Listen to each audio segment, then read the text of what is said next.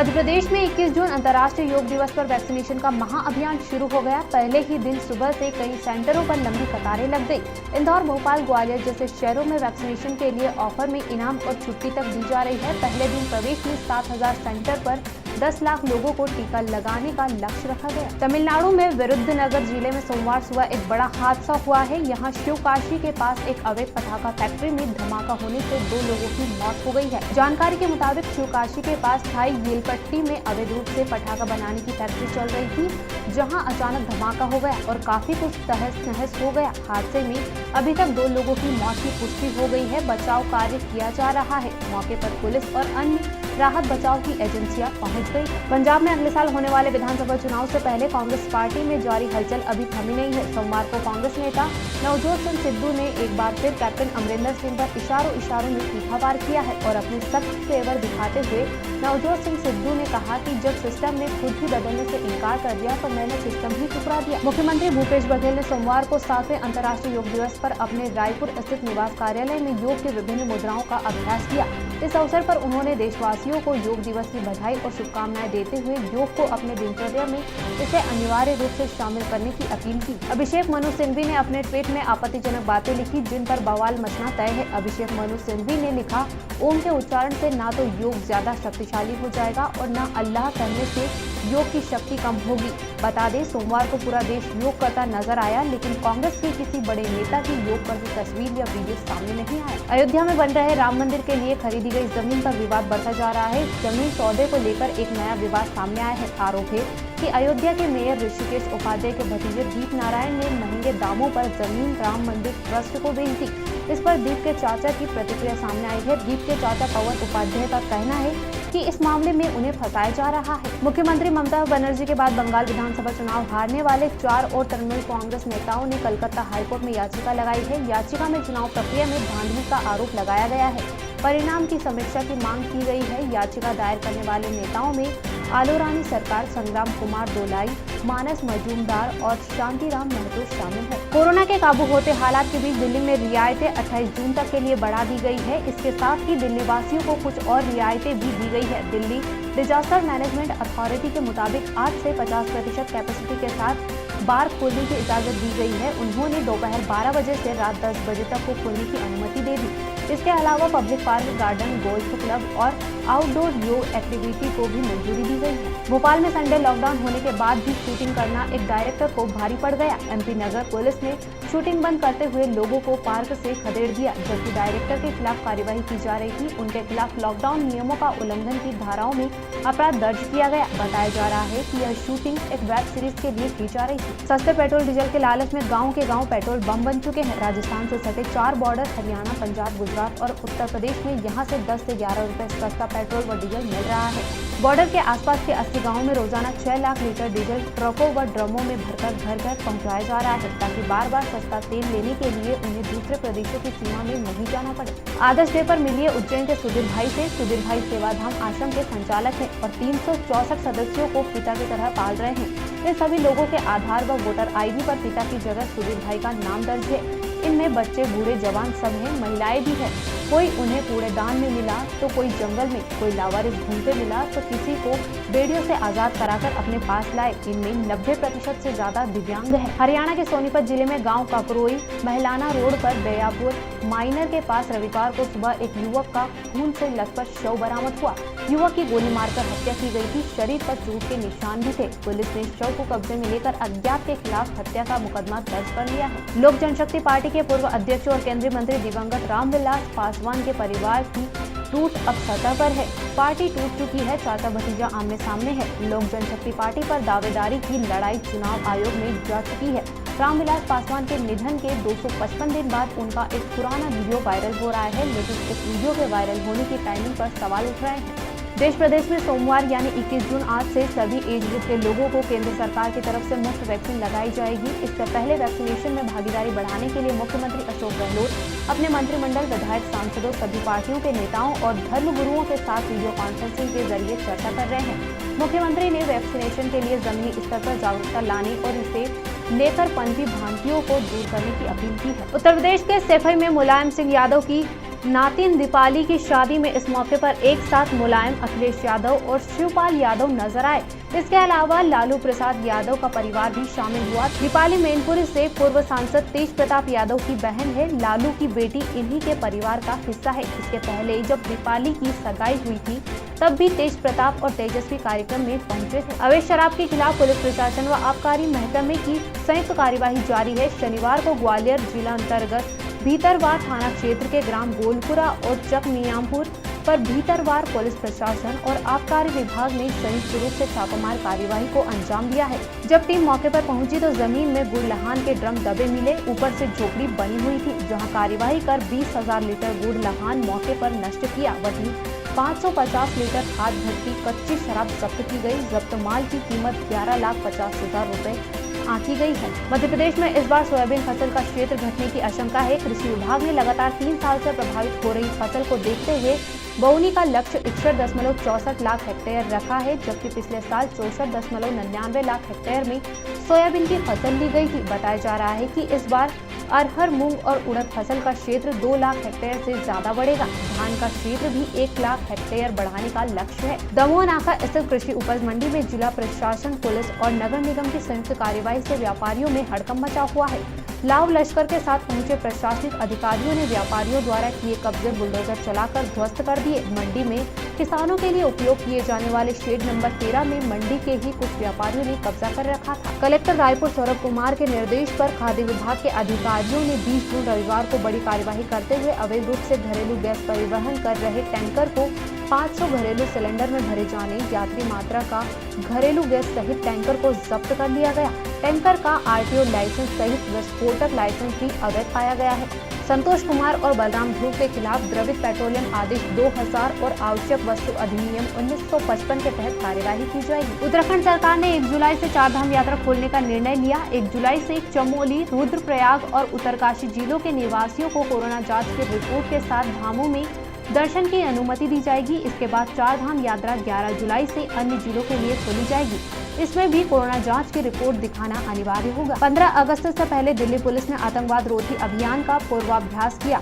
दिल्ली के 3 अहम स्थानों पर दिल्ली पुलिस ने अन्य एजेंसियों के साथ मिलकर मॉक ड्रिल की और सीरियल बम धमाकों की स्थिति में सुरक्षा व्यवस्था के साथ साथ ऐसे हमलों को रोकने की तैयारियों का भी जायजा लिया। मॉक ड्रिल का मकसद था रणनीति रूप में अहम स्थानों पर आतंकवादी हमले की स्थिति से निपटने की तैयारियों का जायजा लेना। प्रधानमंत्री नरेंद्र मोदी ने जम्मू कश्मीर को लेकर अपनी अगली रणनीति बना ली है। इसके तहत प्रधानमंत्री ने कश्मीर पर सर्वदलीय बैठक बुलाई है।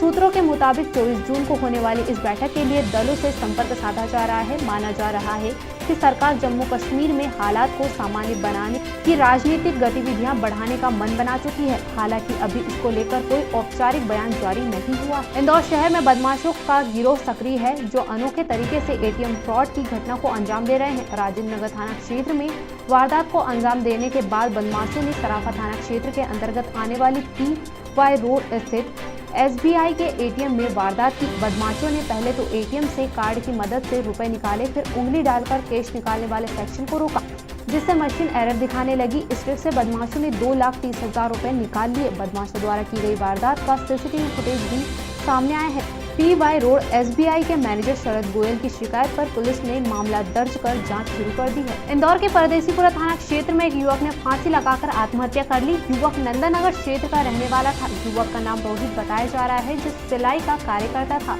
पुलिस की माने तो मृतक का 3 साल पहले प्रेम विवाह हुआ था और उसकी पत्नी पिछले 6 माह से मायके में रह रही थी, जिसको लेकर युवक डिप्रेशन में था। युवक चाहता था कि उसकी पत्नी घर लौट आए, लेकिन पत्नी ने आने से इनकार कर दिया, जिसको लेकर युवक ने फांसी लगाकर आत्महत्या कर ली। जल संसाधन मंत्री तुलसी सिलावट का अनोखा अंदाज। अचानक ही अपने साथियों के साथ लोगों को समझाइश देने निकल पड़े। कोरोना की तीसरी लहर से बचने के लिए आम जनता को जागरूक किया।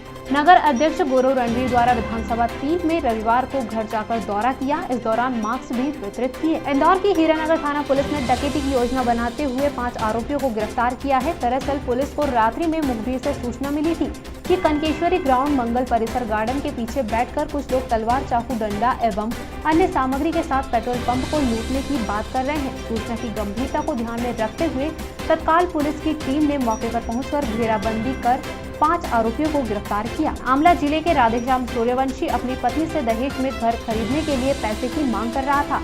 पैसे नहीं देने पर पत्नी को रोज शराब पीकर मारपीट करता था। इस बात पर पत्नी ने कहा कि मेरे पिताजी शांत हो गए हैं और मेरे 2 छोटे छोटे भाई हैं, मैं कहां से आपको मकान के पैसे ला कर दूं। पत्नी का आरोप है कि उसके सास ससुर भी दहेज की मांग करते हैं और दहेज न देने पर बेरहमी से मारपीट करते हैं। इस बात को लेकर थाने में रिपोर्ट भी करवाई, लेकिन सुनवाई नहीं हुई। इंदौर में स्पेशल टास्क फोर्स ने रविवार को नकली ऑयल बनाने के मामले में 3 ठिकानों पर दबिश दी और 3 आरोपियों को गिरफ्तार किया। इनमें 6.50 लाख रुपए का नकली ऑयल व सामान जब्त किया गया। एसपी मनीष खत्री ने बताया कि 19 जून को कैस्ट्रोल इंडिया कंपनी की ओर से एक आवेदन दिया गया था। इसमें बताया गया था कि सिमरोल स्थित मोदी ऑटो पार्ट्स द्वारा कैस्ट्रोल कंपनी के नाम से नकली ऑयल का स्टिकर व लेबल लगाकर उसे अवैध रूप से बेचा जा रहा है। विश्व योग दिवस पर प्रतिवर्ष इंदौर में बड़ा आयोजन होते आया है, लेकिन इस बार कोरोना के कारण ऐसा नहीं हो सका।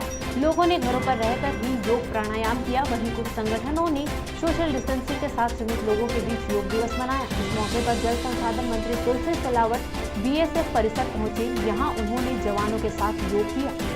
मध्य प्रदेश में अंतर्राष्ट्रीय योग दिवस पर वैक्सीनेशन के महाअभियान के पहले दिन दोपहर 1 बजे तक 5,22,000 डोज लगा दिए गए। इंदौर में 78,000 और भोपाल में 34,000 लोगों को वैक्सीन लगाई गई। देश में शनिवार को कोरोना के 58,562 मरीज मिले हैं। 87,463 लोग ठीक हुए हैं और 1,537 की मौत हो गई। इस तरह एक्टिव केस यानी इलाज करा रहे मरीजों की संख्या में 30,518 की कमी रिकॉर्ड की गई है। फ्लाइंग सिख मिल्खा सिंह को पता नहीं था कि उनकी जीवन संगिनी निर्मल कौर अब इस दुनिया में नहीं है। 6 दशक तक कदम से कदम मिलाकर चलने वाली निर्मल कौर कोरोना से 13 जून को जंग हार चुकी थी। मिल्खा रिकवर हो रहे थे, कमजोर हो रहे थे, इसलिए परिवार ने सोचा कि अगर ये बात बताई तो उन्हें गहरा सदमा लग सकता है। केंद्र की तरफ से यह निर्देश एम्स निदेशक रणदीप गुलेरिया की उस चेतावनी के बाद जारी किया गया है जिसमें कोरोना की तीसरी लहर अगले 6 से 8 सप्ताह में दस्तक देने की बात कही गई है। गुलेरिया ने शनिवार को चेतावनी देते हुए कहा है कि कोरोना की तीसरी लहर अगले 6 से 8 हफ्ते में आ सकती है। देश के एक बड़े हिस्से में मानसून सक्रिय हो चुका है और भारी बारिश का दौर जारी है। यूपी बिहार के साथ ही उत्तराखंड में कहीं कहीं बाढ़ के हालात बन रहे हैं। उत्तराखंड में मानसून की शुरुआत के साथ पिथौरागढ़, चमोली, ऋषिकेश और पौड़ी गढ़वाल समेत राज्य के कई जिलों में लगातार बारिश हो रही है। अगले 48 घंटे राज्यों में अलर्ट जारी किए गए हैं। शनिवार को मुख्यमंत्री ने टीकाकरण को लेकर समाज के हर वर्ग को अपनी जिम्मेदारी के प्रति जागरूक करने का रोड में पेश किया। उन्होंने बिना हिचक समाज के सहयोग के महत्व को बार बार रेखांकित किया। शिवराज सिंह चौहान ने टीकाकरण को लेकर मास्टर स्ट्रोक लगाया है। यह मास्टर स्ट्रोक समाज को यह संदेश देता है कि हम सब सरकार हैं और 21 जून से शुरू होने वाला टीकाकरण महाअभियान प्रदेश की सामूहिक जिम्मेदारी है। गाजियाबाद बुजुर्ग की पिटाई के मामले में आरोपी उम्मीद पहलवान को गाजियाबाद कोर्ट में 14 दिन की न्यायिक हिरासत में भेज दिया है। उम्मीद को दासना जेल भेजा गया है। इससे पहले गाजियाबाद में बुजुर्ग अब्दुल समद की पिटाई मामले में पुलिस की जांच में अहम खुलासा हुआ। पंजाब कैबिनेट की बैठक में राज्य के 2 विधायकों और कैबिनेट मंत्री के बेटों को सरकारी नौकरी मिलने के प्रस्ताव को हरी झंडी दे दी गई है। इसके बाद विपक्षी मुख्यमंत्री कैप्टन अमरिंदर सिंह पर हमलावर हो गया है। विदेशी सैनिकों के वापसी के बाद अफगानिस्तान में तालिबान से निपटने के मसले पर पाकिस्तान ने अमेरिकी प्रयासों को झटका दिया है। नाटो सहित विदेशी सैनिकों की 11 सितंबर 2021 तक वापसी के बाद भी अमेरिका अफगानिस्तान में तालिबान पर निगरानी रखने के लिए पाकिस्तान से एयरबेस की मांग कर रहा है, लेकिन पाकिस्तान ने दो टूक कहा है कि वो अमेरिका को अफगानिस्तान में किसी भी कार्यवाही के लिए अपने सैन्य या अपने क्षेत्र के इस्तेमाल की अनुमति नहीं देगा। बीजेपी के राज्यसभा सांसद डॉक्टर किरोड़ी लाल मीणा के आगे एक बार फिर सरकार की इंटेलिजेंस पूरी तरह फेल साबित हो गई। किरोड़ी मीणा 30 से ज्यादा अनाथ बच्चों को लेकर मुख्यमंत्री निवास के गेट तक पहुंच गए और धरने पर बैठ गए। मीणा करीब 1 घंटे तक धरना देते रहे। बाद में परिवहन मंत्री प्रताप सिंह खाचरीवास में वार्ता के बाद किरोड़ी मीणा धरने से उठे। पंजाब सरकार ने कोविड-19 महामारी के खतरे के मद्देनजर 12वीं कक्षा की बोर्ड परीक्षाओं को रद्द कर दिया है। राज्य के शिक्षा मंत्री विजय इंद्र सिंगला ने जानकारी दी है कि मुख्यमंत्री अमरिंदर सिंह से मंजूरी लेने के बाद यह फैसला लिया गया है। अजमेर जिले में सरकारी स्कूल का प्रिंसिपल पिछले 5 महीने से एक प्रेग्नेंट टीचर के साथ छेड़खानी कर रहा था। टीचर जब डिप्रेशन में आ गई तो परिवार वालों को पूरे मामले का पता चला। इस पर भिनाय थाने में FIR दर्ज कराई गई। पीड़िता ने बताया कि वह डर कर नौकरी कर रही थी अब तो हालात यह हो गए थे कि उसे नौकरी छोड़नी पड़ती, लेकिन परिवार ने संभाल लिया तो आवाज उठा सकी। मुख्यमंत्री नीतीश कुमार के दिल्ली जाने की सूचना मिली है। नीतीश कुमार सोमवार को दिल्ली के लिए रवाना होंगे। बताया जा रहा है कि दिल्ली जाकर बिहार के सीएम प्रधानमंत्री नरेंद्र मोदी से मुलाकात करेंगे। इस मुलाकात को लेकर चर्चा यह है कि नीतीश कुमार अपनी पार्टी की तरफ से मंत्रिमंडल में शामिल होने वाले नामों को सौंपेंगे। अंतर्राष्ट्रीय योग दिवस पर भले ही कोरोना महामारी की वजह से अधिक सार्वजनिक कार्यक्रम नहीं हो सकेंगे, लेकिन इसको मनाने का उत्साह जरा भी कम नहीं होगा। केंद्र सरकार की तरफ से योग दिवस के लिए विभिन्न तैयारियां की गई है। इसके साथ साथ सोमवार यानी 21 जून को योग दिवस के मौके पर प्रधानमंत्री नरेंद्र मोदी जनता को संबोधित करेंगे। खंडवा में लोकसभा उपचुनाव को लेकर चुनाव आयोग की तैयारियों के बीच बीजेपी कांग्रेस के संभावित दावेदार भी आगे आ रहे हैं। कांग्रेस के अरुण यादव अपनी दावेदारी जता चुके हैं, तो बीजेपी में अभी तक खुलकर कोई सामने नहीं आया। हालांकि पूर्व मंत्री अर्चना चिटनिस का कहना है कि उनकी पार्टी में कार्यकर्ता होते हैं, न कि दावेदार। दावेदारी की प्रथा भाजपा में नहीं है। उत्तर प्रदेश में अगले साल होने वाले विधानसभा चुनाव से पहले भाजपा संगठन में बड़ी नियुक्तियां की गई है। पार्टी के प्रदेश अध्यक्ष स्वतंत्र देव सिंह ने शनिवार को पदाधिकारियों की घोषणा करते हुए एक प्रदेश उपाध्यक्ष, 2 प्रदेश मंत्री और 7 मोर्चा अध्यक्ष नियुक्त किए हैं। राजस्थान में पाबंदियों में छूट मिलेगी और कोरोना कम होते ही और ढील देने की तैयारी है। सोमवार को नई गाइडलाइन संभव हो सकती है। 1 जुलाई से हट सकता है शादी समारोह पर लगा प्रतिबंध। इसमें सिनेमा घरों को खोलने की भी अनुमति मिल सकती है। गृह विभाग नई गाइडलाइन पर विचार कर रहा है। जल्द ही नई गाइडलाइन का ड्राफ्ट मुख्यमंत्री को भेजा जाएगा। टीवी एक्टर पल्लवी पुरी को रेप केस में जमानत मिल गई है। एक्टर को मुंबई पुलिस ने एक नाबालिग लड़की के साथ कथित बलात्कार के आरोप में गिरफ्तार किया था।